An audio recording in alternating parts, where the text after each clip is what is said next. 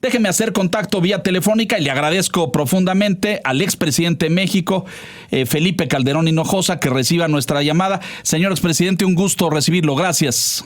Gracias, Leonardo. No sé si me escuches bien, yo te escucho un poco lejos, pero me da muchísimo gusto saludarte. Muchas gracias, lo escuchamos bien.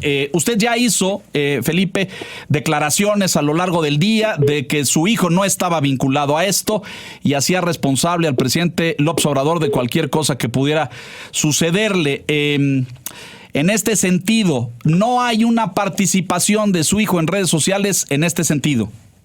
No, no la hay, por supuesto, y menos en el sentido de que dijo el presidente. Recordemos el contexto. Primero, la afirmación es que no sé qué término técnico usa, diciendo que mi hijo está vinculado a esa cuenta de Tumbaburros. Correcto. Definitivamente no es así, Leonardo, no tiene fundamento eso, y me parece muy peligroso, muy abusivo de parte del presidente utilizar el poder presidencial para irse contra un chamaco a la mala, sin ningún fundamento, mintiendo, pues. Eso me parece realmente inadmisible.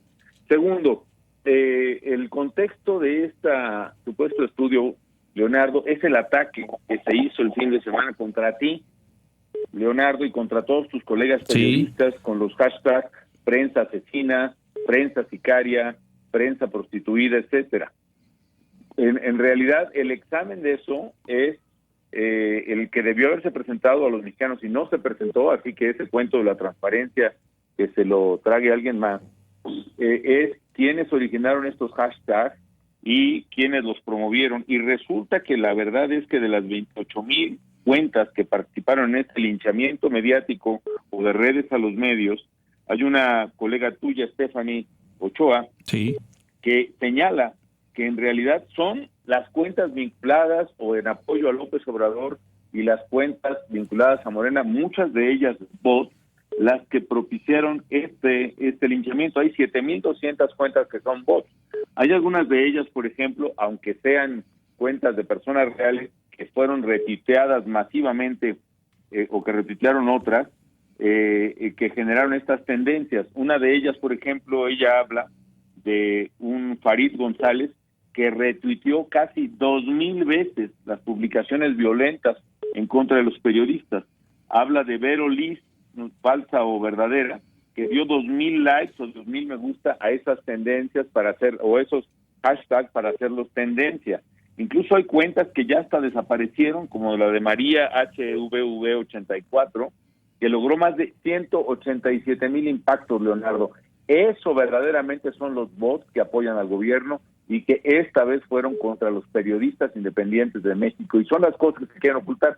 Tercero, y finalmente, todo esto forma parte de cortinas de humo, de distractores para desviarnos de lo verdaderamente esencial, que son los fracasos del gobierno en materia económica, en materia de seguridad, en el desastre ambiental que están generando y fundamentalmente el fracaso que generó el operativo de Culiacán, el Culiacanazo, que no han sabido explicarlo totalmente, no han podido salir de las contradicciones burdas de Durazo, que dijo primero que se trataba de una acción en la que el ejército fue agredido patrullando, luego una solicitud de extradición, y bueno, se nos dio lujo de detalles en el video en el cual el joven Ovidio habla con medios hermanos, etcétera, pero no nos han pasado el video de qué platicó Durazo precisamente con los hijos del Chapo Guzmán y en qué acordaron o qué quedaron, ¿no? Esas son las cosas que están pendientes. Expresidente, ¿su hijo tiene relación con este sitio de Tumbaburros en algún sentido o los conoce? Los conoce, sí, los conoce, y además hay un antecedente, Leonardo, que debes conocer.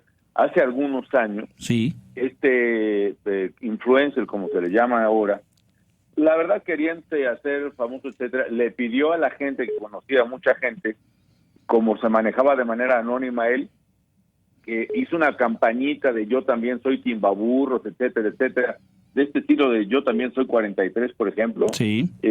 Y entonces mi hijo, la manera de ver abusivamente del lado del influencer, ingenuamente del lado de mi hijo, también grabó un video de ese tipo, pero él no es el Tumbaburros, él no está vinculado a la gente, a la cuenta, no tiene esa cuenta, no tiene voz, etcétera, etcétera, etcétera, pero ese es el origen de esta, pues que no es confusión, el gobierno sabe claramente que así están las cosas. Otra cosa, Leonardo, por cierto, La Unidad de Investigación y Vinculación Tecnológica de la Secretaría de Seguridad Pública fue creada para manejar la plataforma México que nosotros creamos, Sí. para estudiar los delitos cibernéticos que van desde tráfico de pornografía infantil en Internet hasta el robo de identidades bancarias, para crear vínculos de delincuencia a través de teléfonos celulares y redes de bandas de secuestradores y de crimen organizado. ¿Qué tiene que hacer esa unidad de inteligencia en defensa de la seguridad mexicana? Investigando, y vamos a decirlo con todas sus letras, Leonardo, espiando opositores.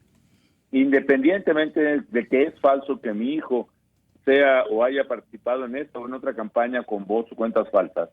Independientemente de eso, Leonardo, ¿cuál es la acusación que se hace sobre estas gentes?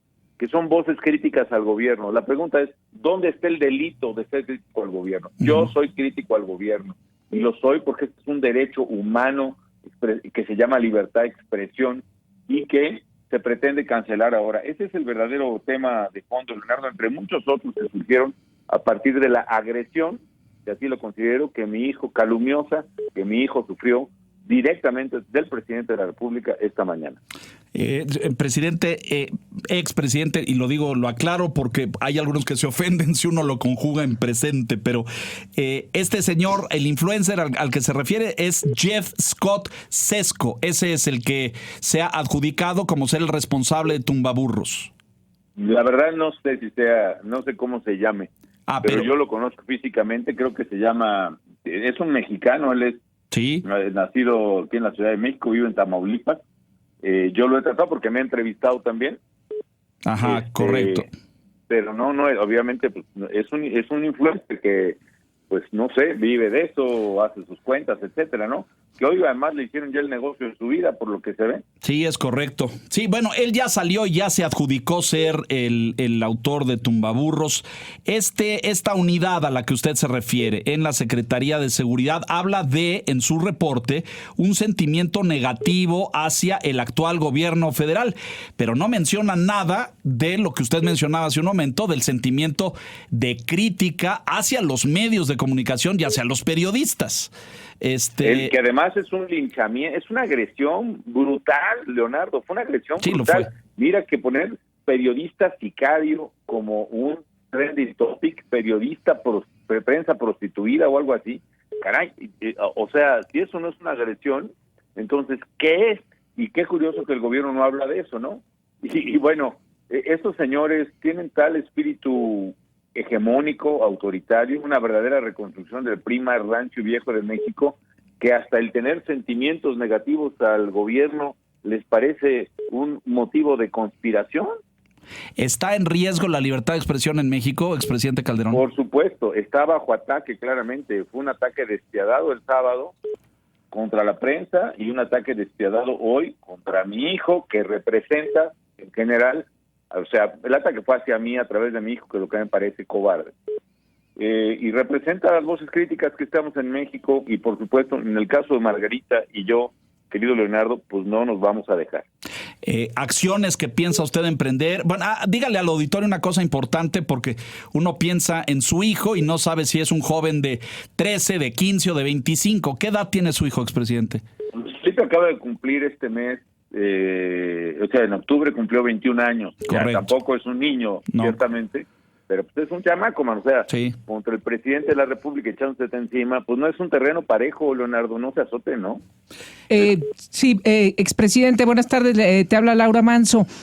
Precisamente yo a eso, muchas dudas quedan sobre lo que se presentó hoy en la mañana, ¿no? La gente de la Universidad Jesuita de Guadalajara, que se especializan en hacer análisis justamente sobre bots y el ITESO, pues ellos mismos salieron a decir que está un poco extraño y que esperemos nos aclaren pronto.